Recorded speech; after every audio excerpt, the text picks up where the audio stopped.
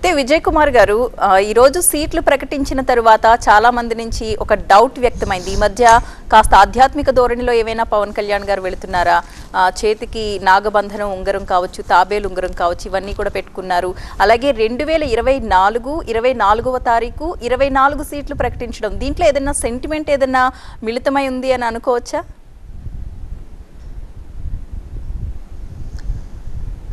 ఏమండి, నాగబంధనం తర్వాత తాబేలు ఇవన్నీ కూడా ఆల్రెడీ ఇప్పుడున్నాయి కాదండి, ఆల్మోస్ట్ 3-4 ఇయర్స్ నుంచి ఉన్నాయి. ఎవరు చూడలేదేమో, మరి ఈరోజే ఎందుకు చూసారు నాకు తెలీదు. సెంటిమెంటా అంటే 100% ఆయన ఎప్పుడు కూడా నాకు తెలిసినంతవరకు నేను ఎప్పుడు అన్ని పూజలు చేసే ఆయన్ని నేను ఎక్కడ ఎవరిని చూడలే. ఆయన కంటిన్యూస్గా పొద్దున్నే 3:30కి ఎప్పుడో అన్న ఎన్టీ రామారావు గారు గురించి విన్నాను. పొద్దున్నే 4 గంటలు లేచి పూజ చేస్తారు అని పొద్దున్నే లేస్తారని విన్నాను. మళ్ళా పవన్ కళ్యాణ్ గారిని చూస్తున్నా, ఎందుకంటే ఆయన కూడా అంతే సేమ్ పొద్దున్నే 3-3:30కి లేచిపోతారు, పూజలు చేస్తారు. మీకు తెలుసు కదా, అత్యంత కఠోరమైన 3 months ఆల్మోస్ట్ ఒక దీక్ష ఉంటుంది, ఆ దీక్ష చేస్తారు.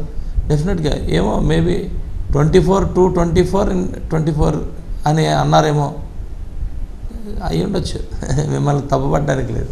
ఓకే, మీరు ఎక్కడి నుంచి ఏదైనా సెంటిమెంటే 100%. ఓకే, మీరు ఎక్కడి నుంచి పోటీ చేయబోతున్నారు?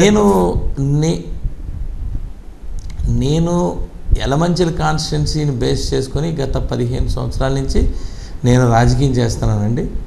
నేను యలమంచిలి కాన్సన్ట్రేట్ చేస్తున్నాను. యలమంచిలి అభివృద్ధి కోసం, యలమంచిలి డెవలప్మెంట్ కోసం నేను అహర్నిశలు పాటుపడుతున్నాను.